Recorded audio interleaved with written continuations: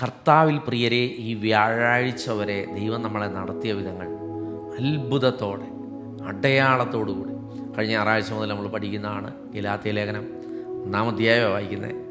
അതിൻ്റെ ചില വാക്യങ്ങൾ മാത്രം നമ്മൾ ഈ ദിവസങ്ങളിൽ ഷെയർ ചെയ്യും.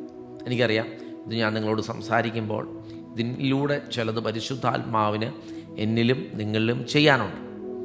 ദൈവം തിരഞ്ഞെടുത്തപ്പോൾ, ആമേൻ, ഇന്നോ ഇന്നലെയോ തിരഞ്ഞെടുത്തല്ല, ഞാൻ അമ്മയുടെ ഉദരത്തിൽ ഉരുവാകുന്നതിന് മുമ്പ്, ബിഫോർ ഐ വാസ് ബോൺ, പൗലോസ് പറയാണ്, ഇന്നലെ നമ്മൾ വായിച്ച ഭാഗം ഗലാത്യർ 1:15 പറയാണ്, എങ്കിലും എൻ്റെ ജനനം മുതൽ എന്നെ വേർതിരിച്ചു.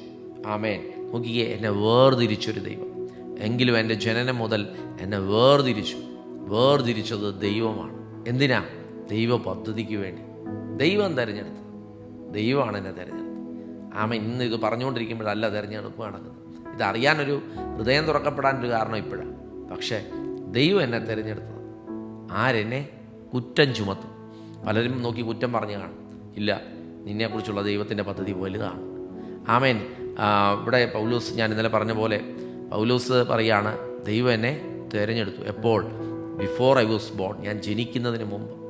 മലയാളത്തിൽ ജനനം മുതൽ എന്ന് പറയുമ്പോൾ ഇംഗ്ലീഷ് പറയാണ് ബിഫോർ ഐ വാസ് ബോൺ. പഴയ നിയമത്തിലെ 1-2 വാക്യങ്ങൾ, ഒരു വാക്യം നമുക്ക് വായിക്കാം.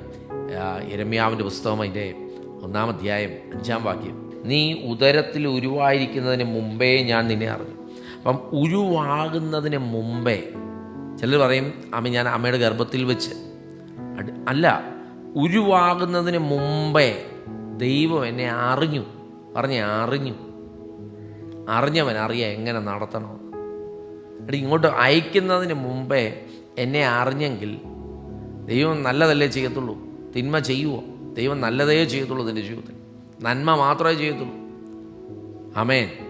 യേശുവിനെ വചനം പറയാണ്, ദുഷ്ടൻ വരുന്നത് അറപ്പാനും മുടിപ്പാനുമാണ്, എന്നാൽ യേശു വരുന്നതോ സമൃദ്ധിയായ ജീവൻ തരാൻ. അപ്പം യേശു ഒരാളുടെ അകത്ത് വരുന്നത് എന്തിനാ? നിൻ്റെ ജീവിതത്തിൽ സമൃദ്ധി തരാനാണ്. ആത്മീയവും ഭൗതികവുമായ സകല സമൃദ്ധി നിൻ്റെ ജീവിതത്തിൽ എല്ലാ മേഖലകളിലും ദൈവം നിന്നെ വർദ്ധിപ്പിക്കാൻ പോകും. ദൈവം നിന്നെ മാനിക്കാൻ പോകും. ദൈവജനം പറയാണ്, നിന്നെ ഉദരത്തിൽ ഉരുവായിരിക്കുന്നതിന് മുമ്പേ ഞാൻ നിന്നെ അറിഞ്ഞൊരു ദൈവത്തെ ഞാൻ വിശ്വസിക്കുന്നു. കഴിഞ്ഞ തിങ്കളാഴ്ച മുതൽ ഞാനിത് നിങ്ങളോട് ഷെയർ ചെയ്യുമ്പോൾ പൗലോസ് ഒരു വെളിപ്പാടിനാൽ അത് എഴുതി വച്ചിരിക്കുന്നത്. ഞാനിത് പറയുമ്പോൾ ആ ക്രിസ്തുവിലുള്ള വെളിപ്പാടിൽ, ബിഫോർ ദ ഫൗണ്ടേഷൻ, അടിസ്ഥാനമിടുന്നതിന് മുമ്പ്, അമ്മയുടെ ഗർഭത്തിൽ ഉളവാകുന്നതിന് മുമ്പ് ദൈവം നിന്നെ തെരഞ്ഞെടുത്തു. യിരെമ്യാ പ്രവാചകനോട് അവൻ യഹോവയായ ദൈവം പറയാണ്, നിന്നെ ഉദരത്തിൽ ഉരുവായിരിക്കുന്നതിന് മുമ്പേ ഞാൻ നിന്നെ അറിഞ്ഞു. നീ ഗർഭപാത്രത്തിൽ നിന്ന് പുറത്തു വരുന്നതിന് മുമ്പേ ഞാൻ നിന്നെ വിശുദ്ധീകരിച്ചു. എടാ, എന്നെ വിശുദ്ധീകരിച്ചത് ഇന്നത്തെ നിന്റെ വിശുദ്ധിയിലല്ല ഞാൻ നിർത്തിയിരിക്കുന്നത്. Already set me apart. നിന്നെ ദൈവ പദ്ധതിക്ക് വേണ്ടി ഞാൻ നിന്നെ മാറ്റിയിരിക്കുക, നിന്നെ വിശുദ്ധീകരിച്ചിരിക്കുക. ഇതാണ് കൃപ, ഗ്രേസ്, അർഹിക്കാത്ത നന്മ. ഇന്ന് ഇത് കേൾക്കുമ്പോൾ നമ്മൾ മാനസാന്തരപ്പെട്ടില്ല. പിന്നെ എപ്പോഴാണ് മാനസാന്തരപ്പെടുന്നത്? നമുക്കൊന്ന് ഏൽപ്പിച്ചു കൊടുക്കുക. എന്നെ തെരഞ്ഞെടുത്തിരിക്കുക. എന്തിനാ? ദൈവ പദ്ധതിക്ക് വേണ്ടി. യിരെമ്യാവിനോട് പറയണം, മോനെ, നീ കുഞ്ഞാണ്, ഞാൻ ചെറുതാണ്, ഞാൻ എന്നെക്കൊണ്ട് കഴിവില്ല എന്നൊക്കെ പറയുമ്പോൾ യഹോവയായ ദൈവം പറയാണ്, നീ ഗർഭത്തിൽ ഉളവാകുന്നതിന് മുമ്പേ ഞാൻ നിന്നെ തിരഞ്ഞെടുത്തു. യെശയ്യാവിൻ്റെ പുസ്തകം 49 പറയാണ്, നിന്റെ പേര് ഞാൻ പ്രസ്താവിച്ചിരിക്കുന്നു. ദൈവ പദ്ധതിയെ ഞാൻ രുചിച്ചറിഞ്ഞ്, എനിക്കറിയത്തില്ല ഇത് എക്സ്പ്ലെയിൻ ചെയ്യാൻ. ഈ ദൈവസ്നേഹം നിന്നെ ഒരിക്കലും കൈവിടത്തില്ല. ദൈവം തിരഞ്ഞെടുത്തതാണ്. ദൈവം പ്രൂവ് ചെയ്യും. Are you ready? നിങ്ങൾ തയ്യാറാണോ? ഇതൊന്ന് അനുഭവിക്കാൻ തയ്യാറാണോ? ഇതൊന്ന് രുചിച്ചറിയാൻ തയ്യാറാണോ? തയ്യാറായ മുഴുവൻ വ്യക്തികളോട് ഞാൻ പറയാം, ദൈവം നിൻ്റെ ജീവിതത്തിൽ തൊടുന്ന ചില അനുഭവങ്ങൾ, ദൈവം നിനക്ക് വേണ്ടി ചില വാതിലുകൾ തുറക്കാൻ പോകും. വചനം പറയാണ്, നീ ഉദരത്തിൽ ഉരുവായിരിക്കുന്നതിന് മുമ്പ്. ഇത് കേൾക്കുമ്പോൾ ഞാനൊരു വെളിപ്പാടില്ല നിങ്ങളോട് പറയുന്നത്. ഇത് ക്രിസ്തുവിലുള്ള വെളിപ്പാടാണ്. ആമേൻ. ധൈര്യത്തോടെ പറയണം, ഞാൻ തീരത്തില്ല, ഞാൻ കർത്താവിൻ്റേതാണ്, ഞാൻ കർത്താവിലാണ് ആയിരിക്കുന്നത്, എനിക്ക് വേണ്ടി കർത്താവ് ഉണ്ടെന്നേ. ഈ പൗലോസ് ഇത് മനസ്സിലാക്കിയതുകൊണ്ടാണ് എഫെസോസ് സഭയോട് പറയാണ്, എഫേസ്യർക്ക് എഴുതിയ ലേഖനം 1:4 പറയാണ്, നാം തൻ്റെ സന്നിധിയിൽ വിശുദ്ധരും നിഷ്കളങ്കരുമാകേണ്ടതിന് ഇവിടെ പഴയ നിയമത്തിൽ യിരെമ്യാ പ്രവാചകനോട് പറയാണ്, നിന്നെ ഞാൻ വിശുദ്ധീകരിച്ചു, നീ ഗർഭപാത്രത്തിൽ നിന്ന് പുറത്തു വരുന്നതിന് മുമ്പേ ഞാൻ നിന്നെ എന്ത് ചെയ്തു? വിശുദ്ധീകരിച്ചു.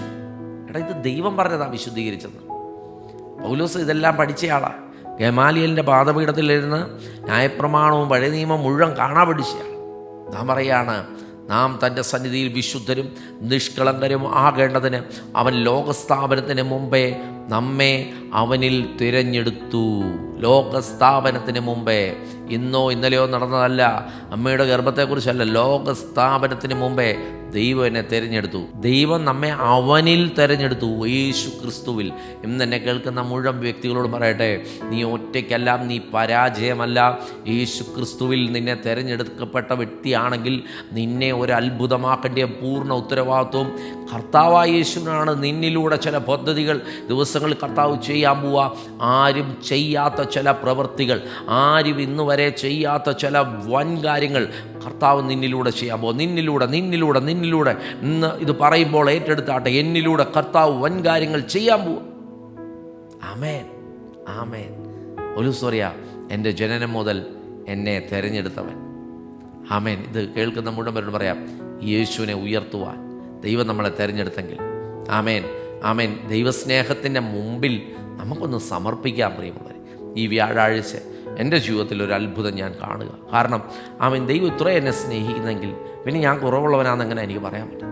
എന്നെ വിശുദ്ധീകരിച്ചെങ്കിൽ, ദൈവം എന്നെ വിശുദ്ധീകരിച്ചെങ്കിൽ, ഞാൻ ഗർഭത്തിൽ ഉളവാകുന്നതിന് മുമ്പേ അവൻ എന്നെ വിശുദ്ധീകരിച്ചെങ്കിൽ, ഇവിടെ പറയാണ്, നാം തൻ്റെ സന്നിധിയിൽ വിശുദ്ധരും നിഷ്കളങ്കരും ആകേണ്ടതിന് അവൻ ലോകസ്ഥാപനത്തിന് മുമ്പേ നമ്മെ അവനിൽ തിരഞ്ഞെടുത്തു. അതെ, ഞാൻ തിരഞ്ഞെടുക്കപ്പെട്ടവനാണ്.